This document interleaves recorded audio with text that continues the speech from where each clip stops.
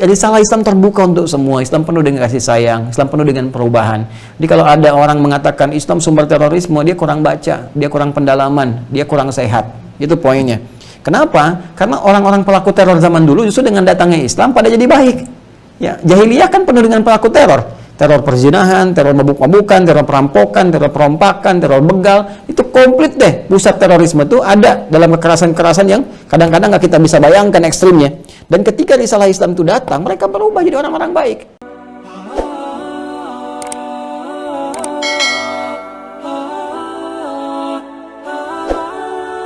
Baik, kita lanjutkan teman-teman sekalian.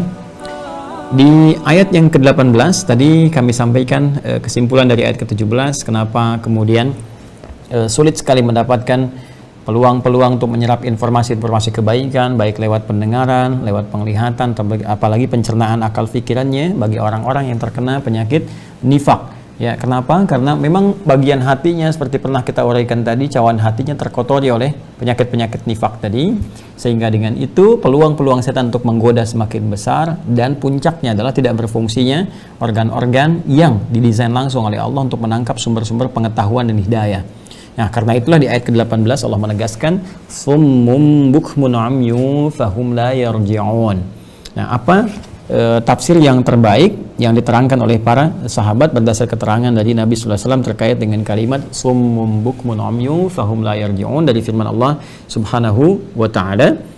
Kita lihat teman-teman sekalian kembali ke tafsir Ibnu Katsir. Ini yang kita masih baca dan kita nanti sertakan juga beberapa keterangan di tafsir-tafsir yang lain.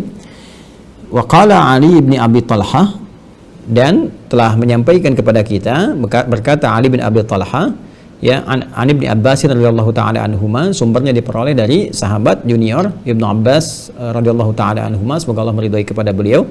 Saya katakan sahabat junior ini merujuk pada era kehidupannya bersama Nabi sallallahu alaihi wasallam. Di era kehidupan bersama Nabi sallallahu alaihi wasallam, sahabat secara umum berdasarkan usia mereka dibagi kepada 3 kelompok utama.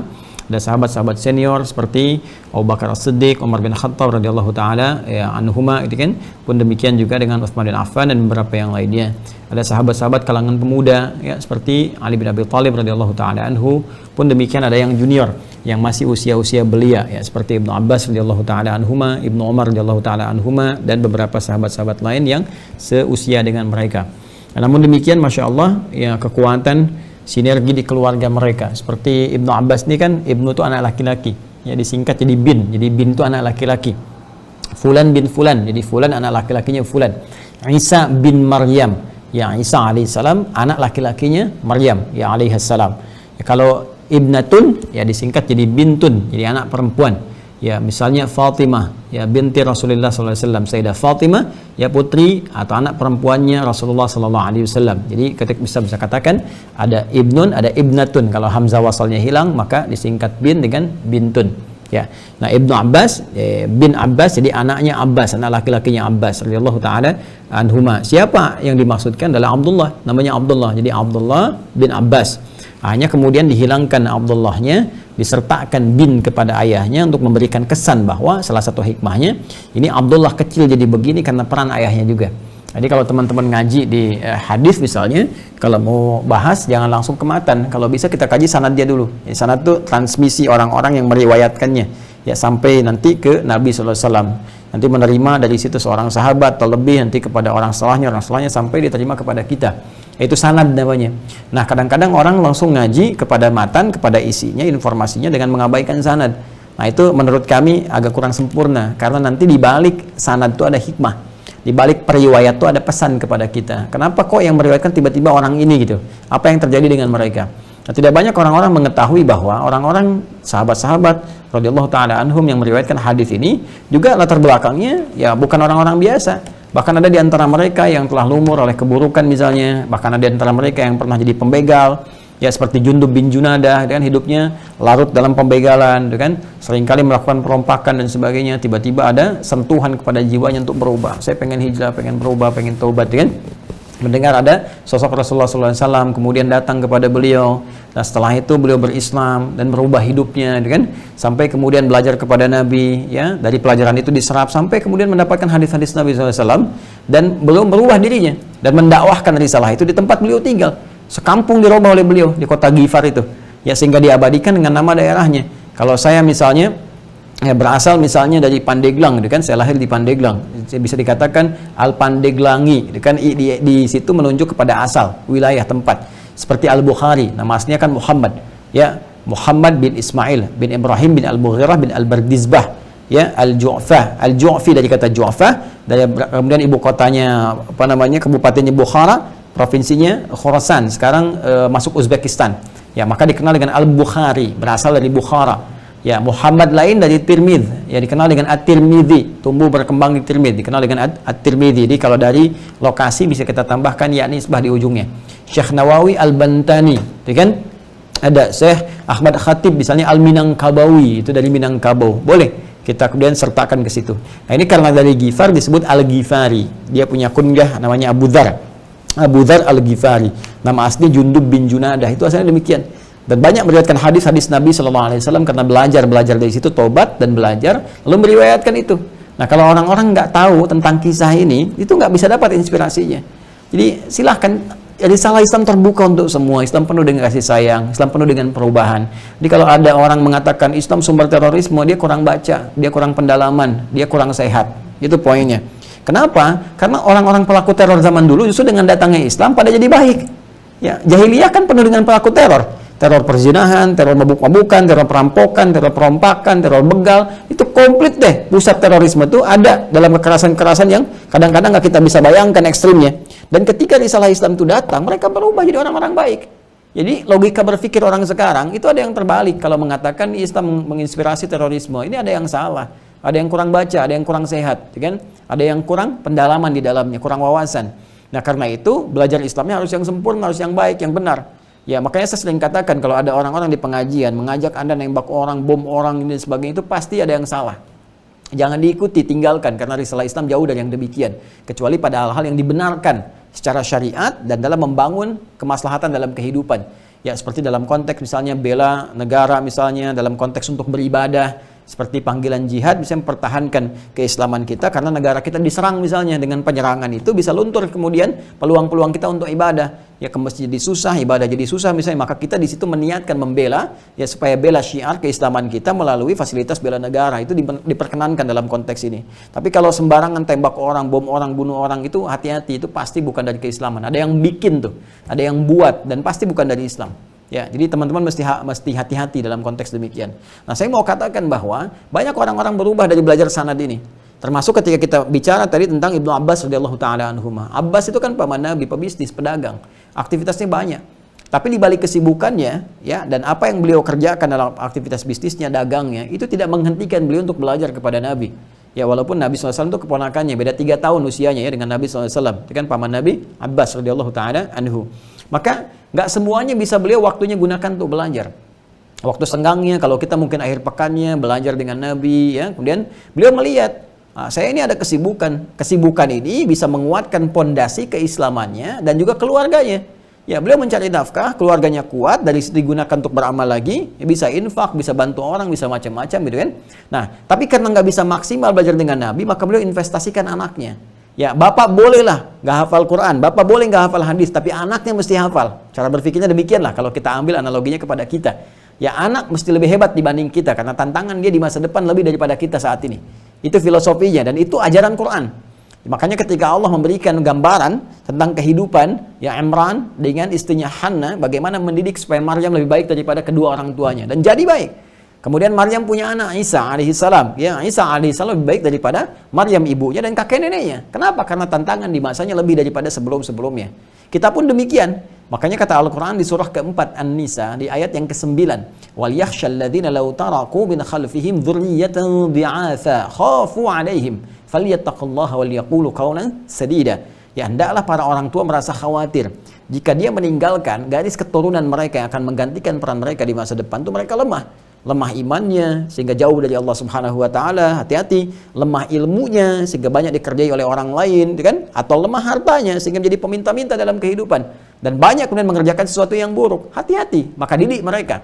Dan ketika mendidik mereka menyiapkan 3 kekuatan ini, kekuatan iman, kekuatan ilmu, dan kekuatan harta benda, itu bagian dari ketaatan dan ketakwaan kita kepada Allah Subhanahu wa taala. Falyattaqullaha. kan? Wal yaqulu qaulan sadida, dan katakan yang benar, yang lurus, yang jujur, jauhi dari yang buruk-buruk, termasuk jujur pada hati kita. Ya, nah teman-teman sekalian, kembali ke sini, Abbas itu punya visi yang sangat hebat. Ya, karena itu anaknya mesti lebih daripada beliau dari sisi pengetahuannya. Maka kemudian diinvestasikan ke majelis Nabi dari sejak kecil, dari usia beliau, usia dini gitu kan, sehingga disimpan di majelis ilmu dan tumbuh kecintaan kepada Nabi SAW. Ya, makanya teman-teman, kalau anak-anak itu ditempatkan pada dunia-dunia yang baik, akan tumbuh kesenangan dari diri mereka pada lingkungan tempat mereka beraktivitas. Jadi kalau Anda ajak anak Anda ke tempat majelis ilmu, dekatkan misalnya dengan nama-nama ustadz. Kalau pandemi begini, Anda sertakan kajian-kajian di YouTube misalnya, kalangan-kalangan yang baik, itu anak itu akan menyebut-nyebut Ustadz Fulan, kemudian terngiang ceramahnya dan sebagainya, ada rasa cinta dia, ada kadang-kadang pengen ketemu, ada kadang-kadang pengen ngelihat lagi, nanti dia akan ikuti, jadi model dalam kehidupan dia. Ya, setelah itu apa yang terjadi? Boleh jadi apa yang disampaikan ustadz-ustadz yang dimaksudkan terserap dalam benaknya dan bisa lebih pintar daripada ustadznya, bisa terjadi di kemudian hari.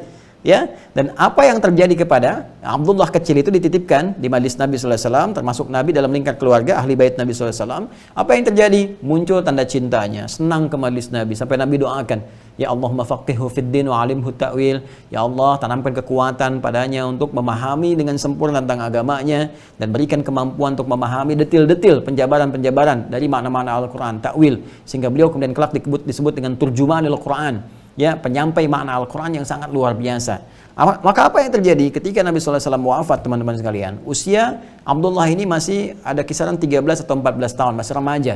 Ya, tapi yang paling dahsyat saat demikian anak ini sudah hafal 2000 hadis. Tatkala bapaknya Abbas hafal 200 hadis. Ya, 200 hadis itu sudah luar biasa kan, dibalik kesibukan hafal, anaknya dapat 10 kali lipat daripada itu. Nah, ini yang menjadikan dia dari kecil cinta dengan keadaan Nabi. Kadang ngikutin Nabi ke rumah Sayyidah Maimunah, pengen tahu bagaimana bangun malamnya. Makanya hadis bangun malam itu, ya termasuk bangun tidur, itu diantaranya diriwayatkan oleh anak kecil tadi. Abdullah, sahabat senior. Ibnu Abbas radhiyallahu ta'ala anhuma. Bisa dilihat di Abu Daud, misalnya Sunan Abu Daud, nomor hadis 1367. Ya, maka beliau mengisahkan bima makna kana Nabi sallallahu alaihi wasallam adalah kebiasaan Nabi sallallahu alaihi wasallam idza staiqadha min naumihi, jika bangun dari tidurnya fajalasa, maka beliau tidak langsung bangkit beraktivitas tapi duduk sejenak. Ya, duduk dulu, menetralkan dulu, kan? Famasaha biyadi min athari naumi, kemudian membersihkan bekas ngantuknya dengan bagian tangan yang diduga bersih. Ya, karena nanti ada bagian tangan yang kotor, teman-teman sekalian, kita duga kotor, itu ada nanti hadis lain meminta menyuci terlebih dahulu, ya saat bangun dari tidur. Tapi kalau kita padukan dengan yang ini, maksudnya bagian tangan yang bersih. Hilangkan bekas kantuk dulu, sehingga kita dalam keadaan sadar. Nah, jadi jangan ujuk-ujuk baru bangun baca doa. Boleh jadi belum sadar, mengucapkan sesuatu tanpa kesadaran. Ya, alhamdulilladzi ahyana madama nusyur, bangun jam 3, begitu melek lagi begini, selesai baca doa jam 5. Gitu ya. Karena belum sadar tadi, bisa terjadi ya. Karena itu kesadaran dulu, baru faqara'a min khawatimi surah Ali Imran, beliau bacakan 11 ayat penutup surah Ali Imran, dari Ali Imran ayat 110 sampai dengan 200. Kemudian, nah ini yang paling menarik, dikombinasikan dengan hadisnya Al-Bukhari nomor hadis 181 dari Jundub bin Junadah dan Mu'adz bin Jabal. Jundub bin Junadah tadi, yang Abu Dzar Al-Ghifari tadi, teman-teman sekalian, itu meriwayatkan hadis juga setelah itu. Ya, Jundub bin Junadah dengan Mu'adz bin Jabal radhiyallahu ta'ala anhuma. Apa di antara hadisnya? Kalau Nabi bangun dari tidur, beliau mengucapkan alhamdulillahilladzi ahyana ba'da ma amatana wa ilaihin nusyur. Teruskan ke hadis tadi, riwayatnya Ibnu Abbas, maka setelah itu beliau fadhahaba ila shinil mu'allaqah. Ya, maka beliau pergi kemudian ke tempat tertutup, ya, fatawadda, kemudian berwudu beliau, ya, berwudu, menyempurnakan wudunya, maka kemudian bangkit menunaikan salat. Nah, dalam saat menunaikan salat itu Ibnu Abbas pengen ikut. Beliau ada di belakang, ya, ditarik oleh Nabi sallallahu alaihi wasallam untuk sejajar dengan beliau. Nah, ini asal mula teman-teman sekalian, bolehnya imam kalau makmumnya satu orang itu boleh sejajar antara imam dengan makmum. Imam di kiri, makmum di kanan sejajar. Ya, itu boleh, kebolehan dengan hadis ini. Walaupun sebagian mengatakan kalau itu anak kecil karena kekhawatiran. Ya, kekhawatiran terjadi sesuatu maka ditarik. Tapi secara umumnya karena memberikan gambaran yang sifatnya umum, maka boleh-boleh saja posisi dalam sejajar. Jadi boleh kemudian sedikit seperti ini. Ya, kalau saya mau contohkan begini. Ya, mohon izin ya, nanti kita mungkin bisa bikin fikih sholat tersendiri. Mas, ini mas, ini mas. Ah, ini spesial ya. Mohon maaf kameramen ikut dikit ya. Nanti sholat ke bagian kakinya ya. Nah, ini kan saya imam satu ya. Ini makmum nih satu orang. Imam pasti satu ya. Imam pasti satu. Kalau makmum itu bisa banyak. Nah, makanya kalau nanti kadang-kadang ada yang iseng nanya ke istri ya. Mama, kalau imam itu berapa banyak? 1. Makmum boleh 2, boleh. 3 boleh 3. 4 boleh 4. Nah, kalau di rumah tangga imam siapa? Papa. Makmum siapa? Mama. Udah nggak usah diterusin. Nggak usah ketawa ya. Baik, bismillah. Sekarang fokus gini. Ini kan satu orang teman-teman. Jadi kalau sejajar boleh begini, sejajar. Ya. Ini saya imam, misalnya ini makmum. Jadi kalau ke bawah kakinya sejajar. Seperti ini ya. Atau boleh seperti ini. Ini maju. Nah, ini familiar juga. Jadi imam di sini, makmum di sini. Ini agak sedikit ke belakang untuk menandakan ini imam, ini makmum. Ya, cuma nanti perbedaannya ketika datang yang lain. Masbuk ya, ketika masbuk datang. Kenapa juga masbuk ya? Biasanya kan ada Mas Asep, Mas Dery, Mas ini masbuk. Jadi persoalan. Ntar fikih sholat kita bahas. Ya, jazakallah khair. Ini balik. Nah, ini sebentar. Ini tadinya di belakang. Jadi pas mau dalam kondisi sholat ini ditarik supaya sejajar kondisinya. Ini hadis yang tadi Abu Daud nomor hadis 1367. Maka beliau mengisahkan Ibnu Abbas pada saat itu. Jadi Nabi SAW itu sholat 2 rakaat ya, khafifatain. Setelah itu 2 rakaat lagi, 2 rakaat lagi, 2 rakaat lagi sampai kita kenal dengan 11 rakaat. Tambahan khafifatain 2 jadi 13. Nah, itu asal mulanya. Jadi bukan hanya bercerita tentang sholat malam, jumlah bilangan rakaatnya 11. Atau tentang dalil khafifatain yang 2 rakaat. Tapi juga ini menunjuk tentang siklus bagaimana perjalanan Nabi bangun dan seterusnya yang diriwayatkan oleh seorang anak kecil. Paham?